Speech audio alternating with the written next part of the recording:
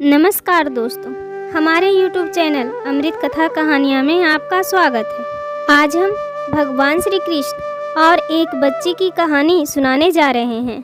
एक गांव में सुजाता अपनी बेटी राखी के साथ रहती थी। सुजाता के पति का स्वर्गवास हो गया था।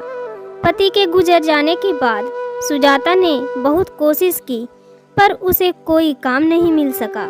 जब भूखे मरने की नौबत आ गई, तब वह गांव के बीच बने कृष्ण जी के मंदिर के बाहर बैठकर भीख मांगने लगी। राखी घर पर रहकर घर का काम संभालती और जब उसे समय मिलता तो वह भी माँ के पास जाकर बैठ जाती। एक दिन मंदिर के बाहर राखी ने अपनी माँ से कहा, माँ, हमें भी भगवान की पूजा करनी चाहिए। सब लोग मंदिर में जाकर पूजा करते हैं और तुम कभी मंदिर नहीं जाती। तब सुजाता ने कहा, हम भिखारियों को मंदिर जाना मना है। मैं तो इधर से गिरधर गोपाल के दर्शन कर लेती हूँ। तू भी कभी मंदिर के अंदर मत जाना, नहीं तो पुजारी बाबा गुस्सा हो जाएंगे और हमें यहाँ बैठने भी नहीं देंगे। तब राखी ने कहा, माँ, क्या भगवान केवल अमीरों के हैं, हमारे नहीं? ऐसे भगवान की पूजा करने से क्या फायदा? सुजाता ने उसे समझाया, बेटी, ऐसा नहीं कहते। भगवान तो सबके हैं, ये तो हम इंसानों के बनाया हुआ नियम है। तू भी भगवान श्री कृष्ण जी की पूजा किया कर, भगवान तेरी पूजा जरूर स्वीकार करेंगे। राखी माँ की बात मानकर एक छोटी सी राधा कृष्ण की मूर्ति घर ले आई और रोज सुबह राधा कृष्ण की पूजा करती, उन्हें भोग लगाती। सुजाता शाम को घर आती, खाना बनाती।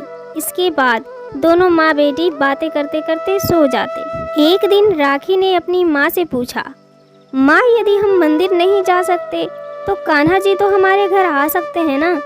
वो हमारे घर क्यों नहीं आते? तब सुजाता ने उसे समझाया, बेटी, भगवान को सच्चे मन से याद करो तो वो हमेशा हमारे साथ रहते हैं। तब राखी ने कहा, नहीं माँ, कह देना अपने कान्हा जी से, या तो मुझे मंदिर में आने दे या स्वयं मेरे घर आए, नहीं तो मैं उनका भोग नहीं लगाऊंगी और खुद भी खाना नहीं खाऊंगी। सुजाता ने उसे फिर समझाया, पर राखी नहीं मानी। हार मानकर सुजाता ने उससे कहा, देखो, कुछ दिन बाद जन्माष्टमी आने वाली है। उस दिन हम कान्हा जी को माखन मिश्री का भोग लगाएंगे और उस दिन वो माखन खाने हमारे घर अवश्य आएंगे। सुजाता ने उसे बहलाने के लिए ऐसा बोल दिया। उसने सोचा, जन्माष्टमी में अभी काफी दिन है, तब तक यह भूल जाएगी। यह सुनकर राखी बहुत खुश हो गई और जन्माष्टमी का इंतजार करने लगी। कुछ दिन बाद जन्माष्टमी का दिन आया। मंदिर में काफी भीड़ थी। सुजाता और राखी दोनों मंदिर के बाहर बैठे थे। मंदिर से जो भी बाहर आता उन्हें कुछ पैसे देकर जाता। इससे सुजाता के पास काफी पैसे इकट्ठे हो गए। शाम को दोनों माँ बेटी घर आई। रास्ते में सुजाता ने कान्हा जी के लिए माखन मिश्री खरीदी और राखी से कहा, बेटी, आज आधी रात को कृष्ण जी का जन्म होगा।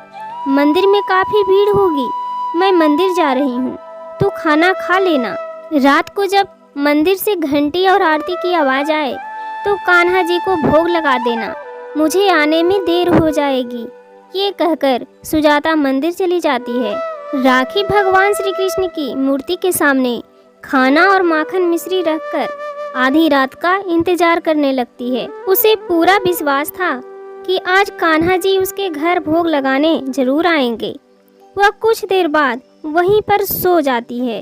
तभी सपने में उसे कान्हा जी दिखाई देते हैं।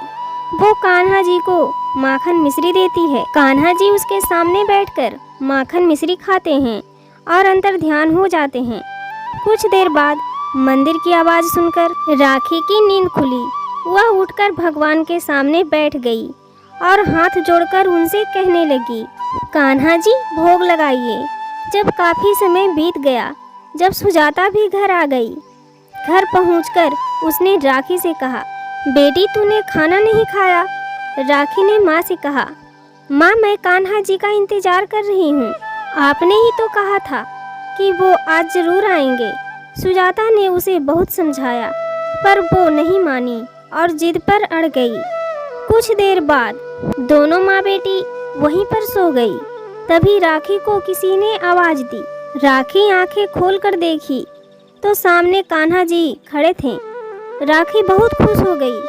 तब कान्हा जी ने कहा, बेटी, मैं तो सदा तुम्हारे हृदय में रहता हूँ, आज तुम्हारे घर भी आ गया। राखी बहुत खुश हो गई। उसने कान्हा जी को माखन मिश्री दी। कान्हा जी ने बड़े प्यार से माखन मिश्री का भोग लगाया और कहा, बेटी, आज से तुम्हें कोई नहीं रोकेगा मंदिर आने के लिए। वैसे मैं तुम्हारे साथ ही रहता हूँ। राखी ने कहा, हमें कोई मंदिर आने नहीं देगा। तब कृष्ण जी ने कहा, पीछे देखो। राखी ने पीछे देखा तो घर के एक कोने में अंधन के भंडार लगे थे। तब राखी ने कहा, कान्हा जी, अब मेरी माँ को भीख नहीं मांगनी पड़ेगी। ये कहकर वो जैसे ही पीछे मुड़ी, वहाँ कोई नहीं था। राखी ने माँ को जगाया। ये सब देखकर सुजाता हैरान रह गई। दोनों माँ बेटी ने गिरधर गोपाल को नमन किया। हे कान्हा जी, जैसे आपने इन माँ बेटी पर कृपा की, वैसे ही अपने सभी भक्तों पर कृपा बनाए रखना। जय श्री कृष्ण। तो दोस्तों, आज की हमारी कहानी आपको कैसी लगी? अगर कहानी अच्छी लगी हो तो वीडियो को लाइक करें और चैनल को सब्सक्राइब नहीं किए हैं तो सब्सक्राइब करें और बेल आइकन दबाना ना भूलें। धन्यवाद।